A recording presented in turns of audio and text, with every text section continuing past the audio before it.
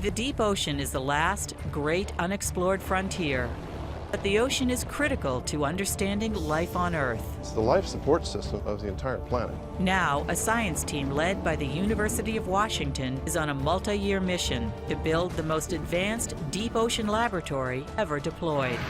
What we're doing has never been done before. On the edge of an active submarine volcano, over a mile below the surface, a digital revolution is transforming the field of oceanography. And what these scientists find in the deep ocean may someday help the way we live on land. For this ocean adventure, the discoveries are just beginning. What's the adventure? Exploration.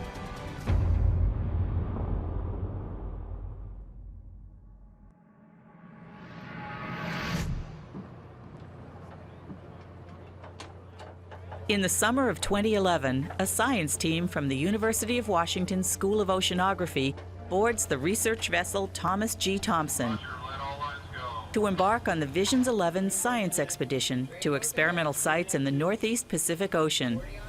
Steer for the green buoy. Steer for the green buoy. If your family decided to build a spaceship to leave Earth and go to another solar system, you would never leave Earth unless and until you fully understood the life support system. Why is the global ocean important? Because it's, plainly and simply, it's the life support system of the entire planet. On this leg of the 3-week expedition, their destination is Axial Seamount, This is the side of the volcano right here. an active and unpredictable submarine volcano more than a mile below the I surface. think the plan is still to go to the north. Chief scientists Dr. John Delaney and Dr. Deborah Kelly have made the trip many times. Axial Seamount, it's about a 5,000-foot tall mountain on the seafloor. It has a lot of the same appearances as Hawaii or Iceland. It's just that it's almost a mile beneath the surface. But this cruise to the volcano is different. Axial Seamount recently erupted.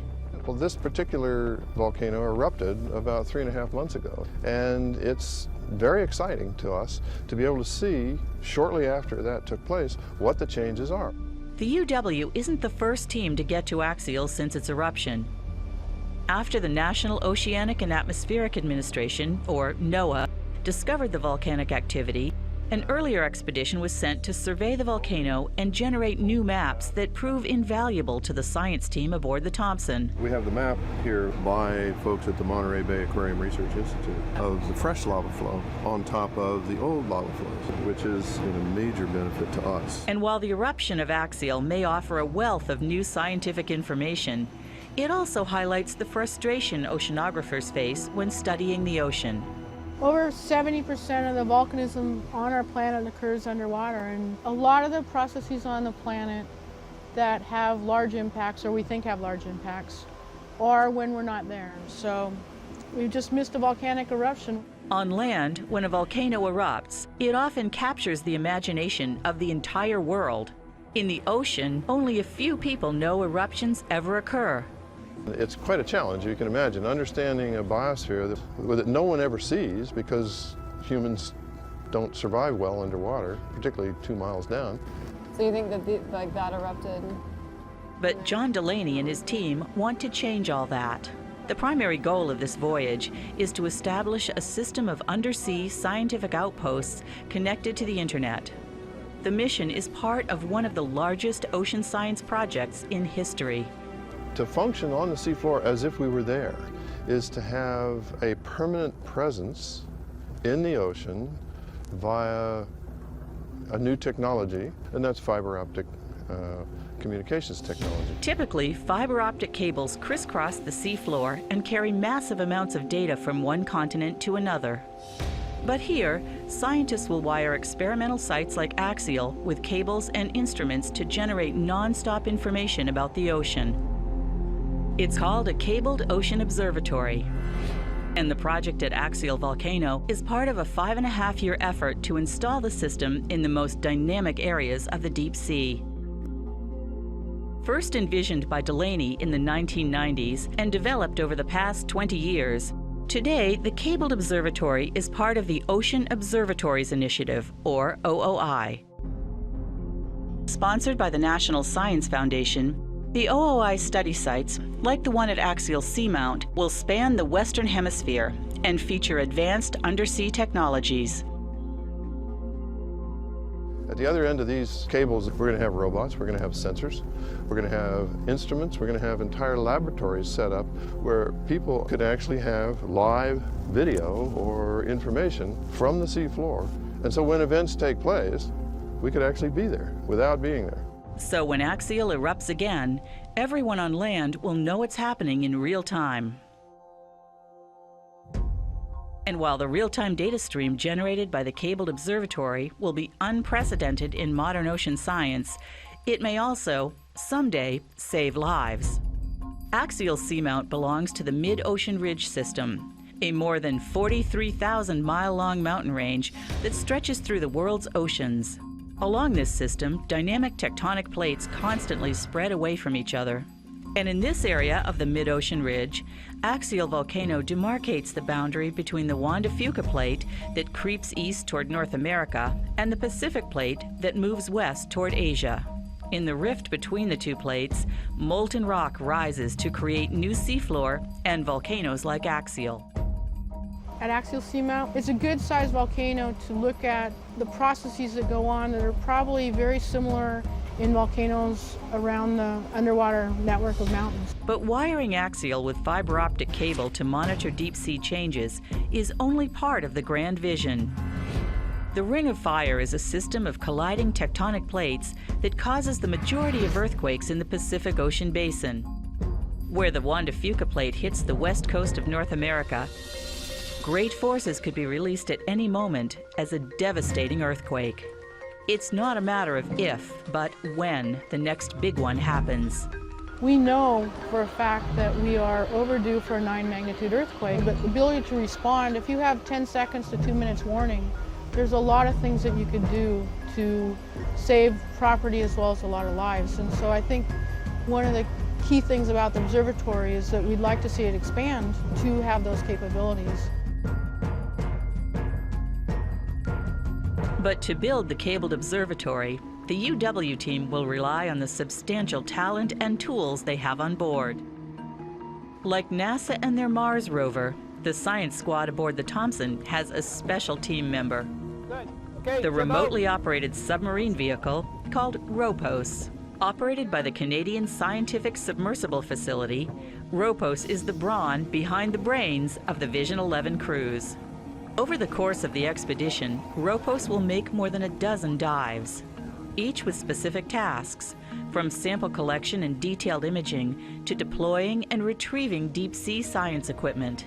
Tethered to the ship with a fiber optic cable, ROPOS can dive up to 4 miles deep and stay underwater for days if necessary. This is video control on the research vessel Thompson. This is an audio slate for ROPOS dive 1471. GMT time is 0550. This is recording batch A1. Diving to the bottom at a rate of 75 feet per minute, the robot will take an hour to reach the sea floor. But within 5 minutes, ROPOS is in total blackness, below the depth sunlight can penetrate.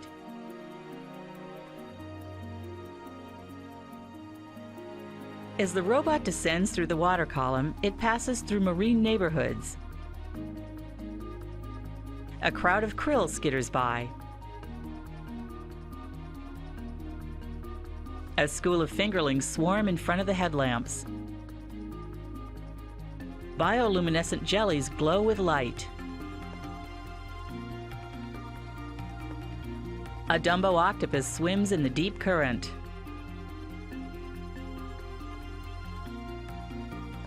Marine snow, particles from the surface biosphere that constantly sink to the bottom of the sea, makes it look like ROPOS is driving through a snow flurry on a winter night.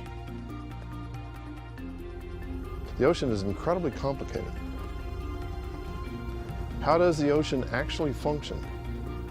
It's been interacting, the chemistry, the physics, the biology have been interacting with one another for 4 billion years.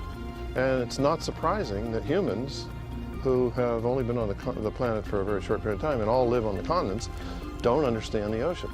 That's what oceanographers are about, is trying to understand at a very fundamental level that is also very useful, societally useful, how the ocean works. Recently, in collaboration with L3 Maripro, a vessel that specializes in laying cable on the seafloor deployed the Ocean Observatory's primary fiber optic line along a carefully planned route, 300 miles from shore to Axial Seamount. Now, as Ropos lands on the sea bottom, ROV pilot Keith Shepard begins his first mission to survey the backbone cable up the side of the 5,000-foot-high volcano. But for the time being, he can't find it. We control the dive from this room, and we've got various camera views to see what tools we're using. We have a navigation screen so we can see where we are on the seafloor, and as the vehicle moves around, we'll have the ship follow. So there's a lot of communication with the bridge to make sure they stay on top of us. The cable that connects Keith with Ropos is fed from a sophisticated jib system off the side of the Thompson. So the ship's position on the surface is imperative to the success of the dive below. Any wrong movement could sever the connection, and Ropos would be lost to the depths. So once we get on station out here, Ropos, the ROV, will move a little bit and they'll call us up and say, okay, we gotta move 100 meters. And so up on the bridge, we monitor the propulsion, monitor the speed. So we're just following Ropos for the most part. Okay, thanks. Bye. After a few tense minutes, Ropos intersects with the primary cable that will connect the observatory to land. And it's going the right direction. That's really good news, too. Which way to Axial Volcano? Washington that way, Axial that way. There's a sigh of relief from the science team.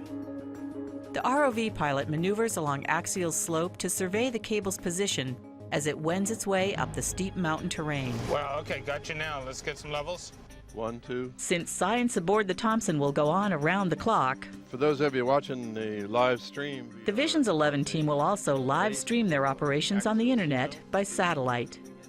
So we have a global audience and we have a 24-hour operation. But even more than just providing the video, it's been important to reach out to that audience and engage them in a conversation. So we're using a bunch of tools, including Twitter. That's really the crux of what this entire project is about, is, capturing this data and making it open. And we're trying to do that already at these early stages by engaging people. From 7 remote cameras mounted around the Thompson and a direct feed from the Ropos control room, The HD camera that's streaming. anyone on the web can tune into the action as it unfolds.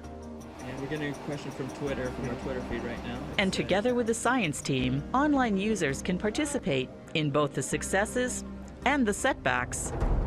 let's mark things like that in the log when there's a rock on top of the cable. During the cable survey, the science team carefully notates in a dive log every inch of how the cable contours to the volcano. As Ropos follows the cable up the steep flank of Axial, the terrain changes. Lava flows from earlier eruptions give way to sheer cliffs that drop off into darkness. The ocean really is the last unexplored frontier on the planet. And we've probably mapped the seafloor in the detail that we need, maybe less than 1%, really. When we dive in places, even when we've been there before or not, chances are we're gonna make a discovery. On this dive, there are plenty of surprises. The cable survey reveals both a scientific discovery and a logistical dilemma. As we were driving up the flanks to survey the backbone, the primary part of the cable, we came up on a brand new hydrothermal site. We don't know much about it yet. Unfortunately, the cable was laid within this hydrothermal system. The backbone cable of the observatory spans the peak of the hydrothermal vent, a conduit in the volcanic structure where hot gases and fluid, heated by the volcano's roiling center, escapes. It's not the most optimal place to lay a big piece of infrastructure, but what we're doing has never been done before, so it's a tough environment. Even though the surrounding water temperature is just above freezing, the hydrothermal vent can reach 700 degrees Fahrenheit, 7 times greater than what the cable is designed to withstand. As the Ropos pilot stabilizes the sub, Keith operates the Ropos manipulators.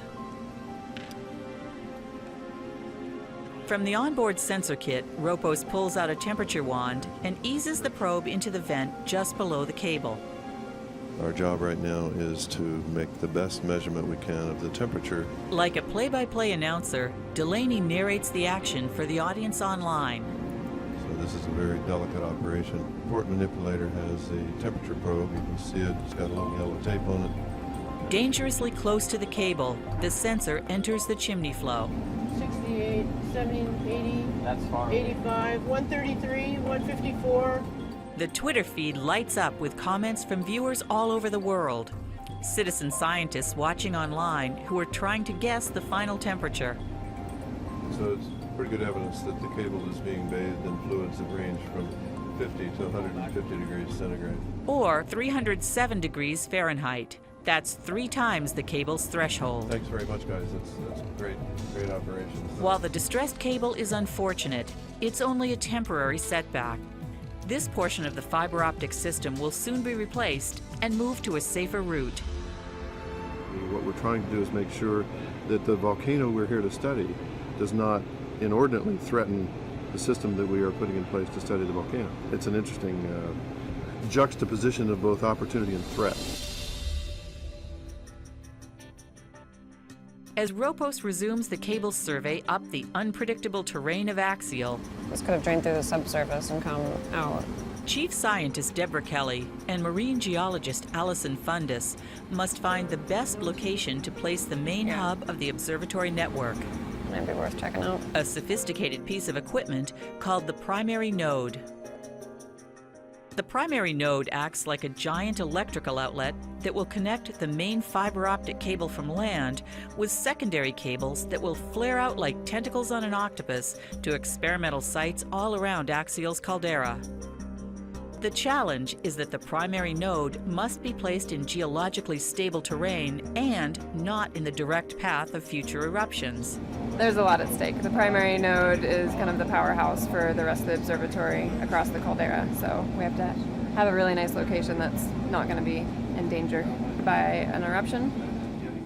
When Ropos finally scales the rim of the volcano, the science team gets their first look at the new lava flow.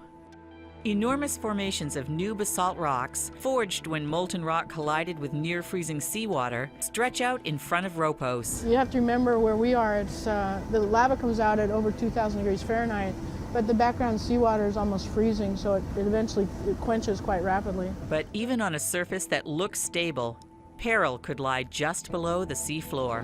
Yeah, so the node's pretty big and pretty heavy. A lot of these flows aren't necessarily solid underneath, so there's a chance with its weight that it could fall through. So we're looking for a nice, flat, solid spot.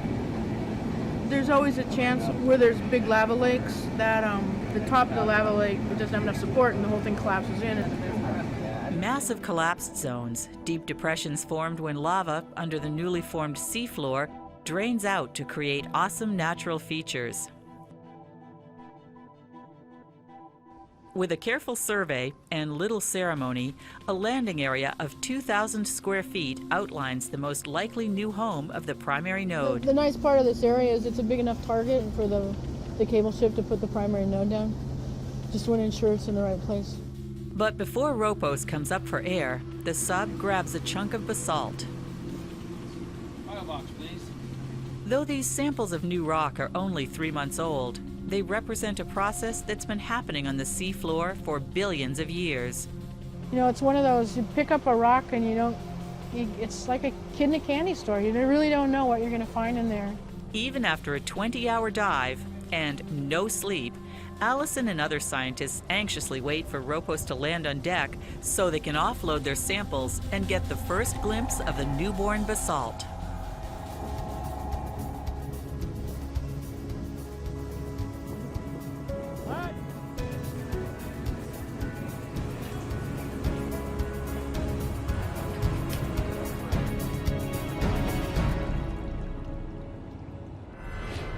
Between dives, the Ropos team pampers their sub like a thoroughbred. But while the Visions 11 workhorse rests, a lot of other science gallops full steam ahead. The Thompson operates like a floating laboratory. Over the course of the expedition, 32 scientists, engineers, and students engage in their own experiments focused on different areas in the water column. The data layers control. Operations that will soon be enhanced by the cabled observatory.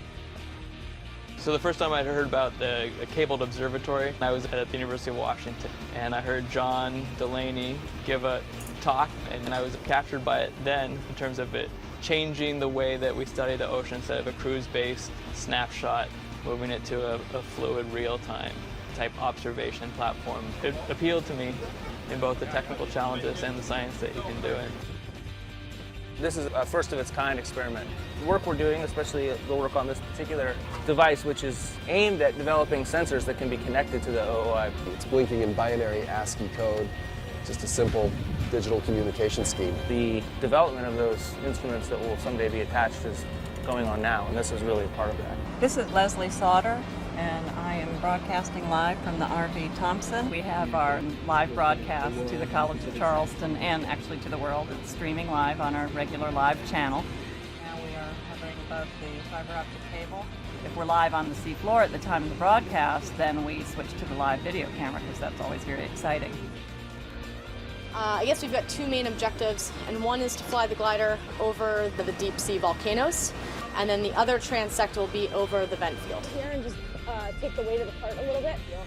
Okay, stand up. While the Thompson is out to sea, other team members are also hard at work on land. You know, what our team does is it puts together graphics that basically help tell the story of the Ocean Observatory being built and integrating the social media, the video, the graphics, all accessible via the web. So being able to see, you know, the ocean and ocean data in new ways. It's never without a challenge. But working with these people is just so incredible. These people, all of the ones on board, the ones we're working with back on land, they're just incredible people.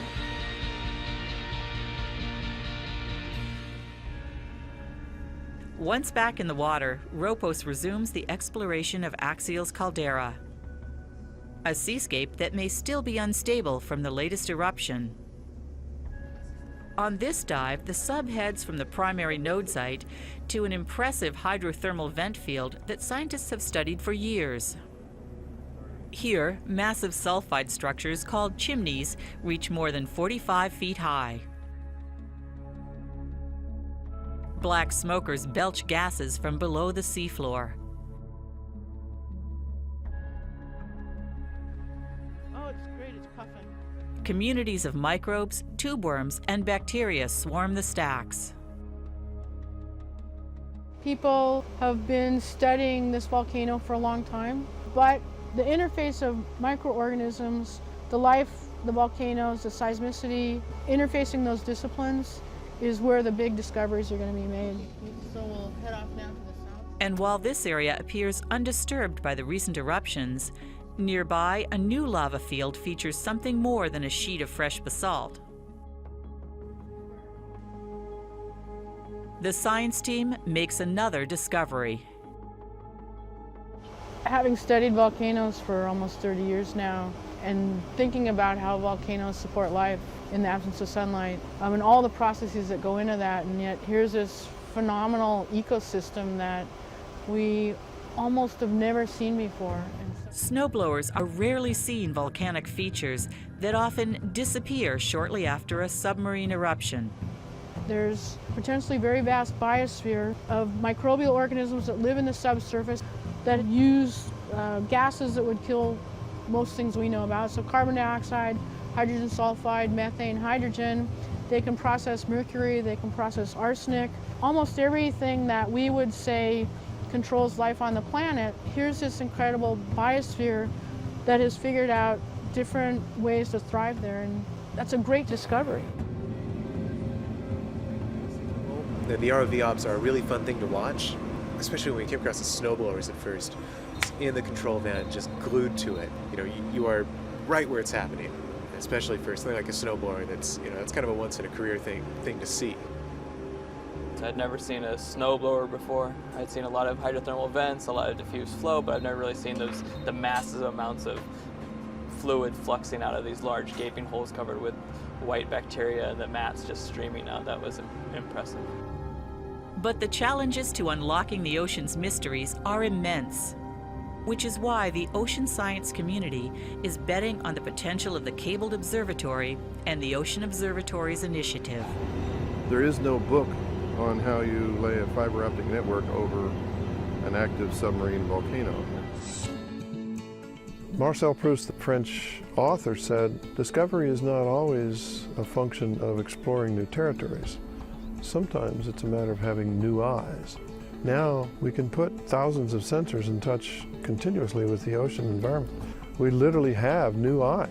The Ocean Observatory's initiative will provide the public with unprecedented access to the ocean. So when Axial erupts again, as scientists know it will, anyone with an internet connection will be able to watch and study it in real time. And with this new kind of access will come new discoveries that could help the way we live on land. It's absolutely clear that the human population is profoundly changing our planet. It's also totally clear that the oceans are what govern the climate and crop production on the planet. So there's these really important linkages. The connections between the rhythm of the seasons and the warming and cooling of the ocean, the atmosphere and the weather, all that's driven by the ocean. The scientists certainly don't understand it fully, but the public doesn't understand it at all. And hopefully these real-time systems with nice educational tools will bring it to the classrooms and to the young kids and to adults as well. If the oceans don't work well, the human race suffers. We're delicately balanced on the edge of what might be a series of oceanic changes that we don't understand. And if we don't understand them, and we have an ever-growing population, 40 years from now, there's going to be 9 billion people. That's bad news, because the oceans drive everything. So what's going to come out of this new way of doing science using fiber optic cables and thousands of sensors on them is to look at how this entire complex system functions continuously through time. And unless you know how it behaves through time, you don't understand it. That's the big change. So this is a bold new step in oceanography. This is a new game. This is a game changer.